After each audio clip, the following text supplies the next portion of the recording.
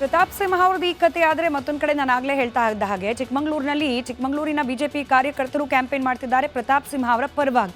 ಅರೆ ಹಾಲಿ ಸಂಸದರು ಬಿಜೆಪಿ ಅವರೇ ಇದ್ದಾರಲ್ಲ, ಶೋಭಾ ಕರಂದ್ಲಾಜೆ ಕೇಂದ್ರ ಮಟ್ಟದಲ್ಲಿ ಸಚಿವೆ ಕೂಡ.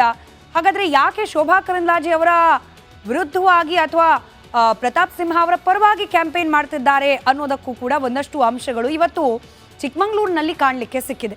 ಚಿಕ್ಕಮಗಳೂರಿನಲ್ಲಿ ಕಳೆದ ಒಂದು ತಿಂಗಳಿಂದಲೂ ಕೂಡ ಅಥವಾ ಅದಕ್ಕಿಂತ ಹೆಚ್ಚಿನ ಸಮಯದಿಂದಲೂ ಕೂಡ ಇನ್ಫ್ಯಾಕ್ಟ್ ಶೋಭಾ ಕರಂದ್ಲಾಜೆ ಅವರ ವಿರುದ್ಧವಾಗಿ ಸಣ್ಣದೊಂದು ಅಲೆ ಪ್ರಾರಂಭವಾಗಿತ್ತು.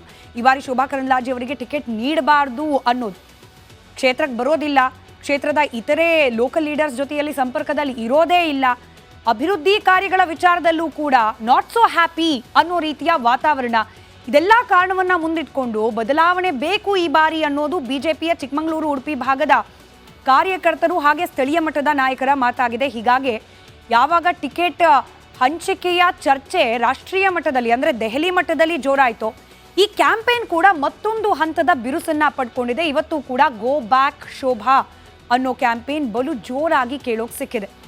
ಶೋಭಾ ಕರಂದ್ಲಾಜೆ ಅವರ ವಿರುದ್ಧ ಈ ಕ್ಯಾಂಪೇನ್ ಚಿಕ್ಕಮಗಳೂರಿನಲ್ಲಿ ಇವತ್ತು ಜೋರಾಗಿ ಕೇಳೋಕೆ ಸಿಗ್ತಾ ಇದೆ. ಈ ಅಭಿಯಾನ ಬಿಜೆಪಿ ಕಚೇರಿಯಲ್ಲೇನೆ ಕೇಳೋಕೆ ಸಿಕ್ಬಿಡ್ತು. ಇವತ್ತು ಬಿಜೆಪಿ ಕಚೇರಿಯಲ್ಲೇ ಕಾರ್ಯಕರ್ತರು ಗೋ ಬ್ಯಾಕ್ ಘೋಷಣೆಯನ್ನ ಕೂಗಿದ್ರು.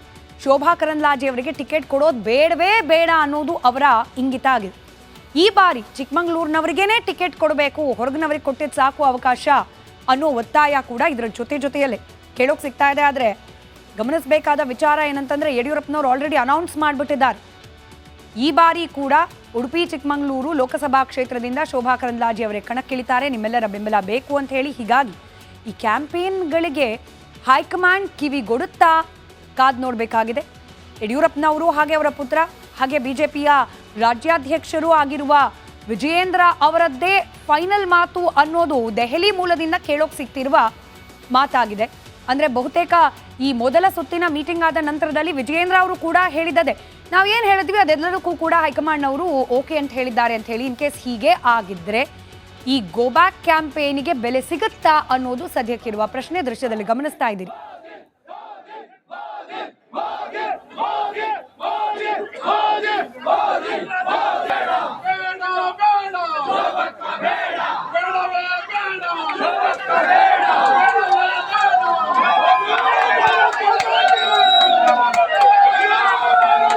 ಯಾರೇ ಅಭ್ಯರ್ಥಿ ಆದರೂ ಕೂಡ ಮೋದಿಯವರೇ ನಮ್ಮ ಅಭ್ಯರ್ಥಿ ಅಂತ ಭಾವನೆ ಇಟ್ಕೊಂಡು ನಾವೆಲ್ಲರೂ ಕೆಲಸ ಮಾಡಬೇಕಾಗತ್ತೆ.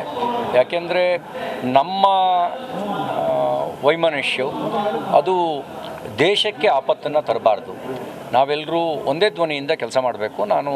ನನ್ನ ಹತ್ರ ವೈಯಕ್ತಿಕವಾಗಿ ಮಾತಾಡಿದವರಿಗೂ ಇದೇ ಮಾತು ಹೇಳಿದ್ದೀನಿ, ನಮ್ಮ ಗುರಿ ಮೋದಿ ಮತ್ತೊಮ್ಮೆ, ಒಂದೇ ಗುರಿ ಇಟ್ಕೊಂಡು ನಾವು ಅದಕ್ಕಾಗಿ ಕೆಲಸ ಮಾಡಬೇಕಾಗತ್ತೆ.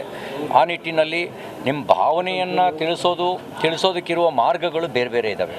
ನಿಮ್ಮ ಭಾವನೆಗಳನ್ನು ತಿಳಿಸೋದಕ್ಕೆ ಈಗಾಗಲೇ ನಮೋ ಆ್ಯಪ್ನಲ್ಲೇ ಜನಮನ್ ಸರ್ವೆನಲ್ಲಿ ಓಪನ್ ಆಪ್ಷನ್ನ ಕೊಟ್ಟಿದ್ದಾರೆ. ಜನಮನ್ ಸರ್ವೆನಲ್ಲಿ ನಿಮ್ಮ ಭಾವನೆ ಏನಿದೆ ಅಂತ ಸಾಮಾನ್ಯ ಕಾರ್ಯಕರ್ತ ಮತ್ತು ಮತದಾರರು ಕೂಡ ತಮ್ಮ ಅಭಿಪ್ರಾಯವನ್ನು ಹೇಳೋದಕ್ಕೆ ಅವಕಾಶ ಕೊಟ್ಟಿದ್ದಾರೆ.